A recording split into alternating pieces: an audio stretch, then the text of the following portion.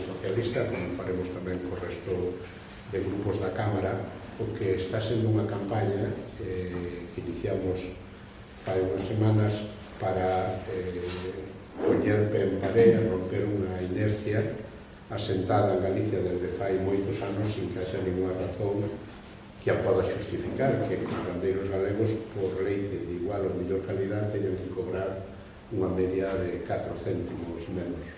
O que pretendemos é que sean criterios objetivos de calidad, de mercado, os que determinen o precio do leite con independencia do lugar onde se viva.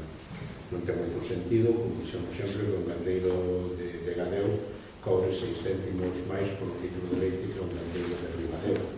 Nin está máis cerca nin máis lonxe dos mercados de consumo, como se pretende decir, nin é un problema de calidad, nin é un problema de volumen, é simplemente unha estrategia da industria de cambiar de maus os beneficios.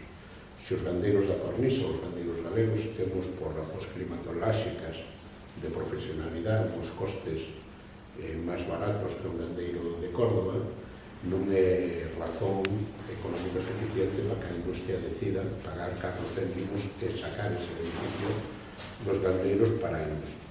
E sobre todo porque estamos nun país que apenas produce o 70% dos produtos lácteos que consume. Todos os anos importamos de fora de Europa casi outro tanto como que se produce en Galicia. E, por lo tanto, nese mercado é básico que os gandeiros que temos neste momento deixen de cerrar e sean capaces de poder ir abastecendo esa industria para abastecer o mercado español. A industria ten cerros que sin gandeiros deixan ter razón de ser. Os consumidores seguirán tendo produtos lácteos que virán de outro lado xa envasados e que non fará falta a industria. A industria é imprescindible que xa gandeiros. E nós somos tamén conscientes que, dado que non apostamos por razóns da política e da banca neste país, como se fixo no País Vasco, en Asturias ou en Andalucía, para crear grupos cooperativos fortes que puñeran valor añadido á súa produción, vamos a seguir necesitando esa industria, pero queremosla en pé de igualdade. O día 1 de abril renóvanse o 90% dos contratos de leite dos gandeiros galegos e queremos empezar a recortar ese diferencial como garantía de que siga habendo gandeiros que sigan apostando por manter a actividade. Pese á situación de precios na última etapa, dos máis altos en volumen, na que co incremento dos costes o margen de beneficio non foi tan alto, siguen cerrando explotacións, porque somos tamén conscientes que non chega só con que non perdan cartos, sino que teñen que ter un margen de beneficio que lle permita contratar personal e ter calidade de vida. A viabilidade das explotacións galegas familiares non pode depender de que toda a familia, hombre, muller e fillos, dediquen 12-14 horas para poder cerrar e traballar os 365. Teñen que ter ese margen de beneficio suficiente que lle permita contratar personal, mecanizarse, meter robos e ter calidade de vida.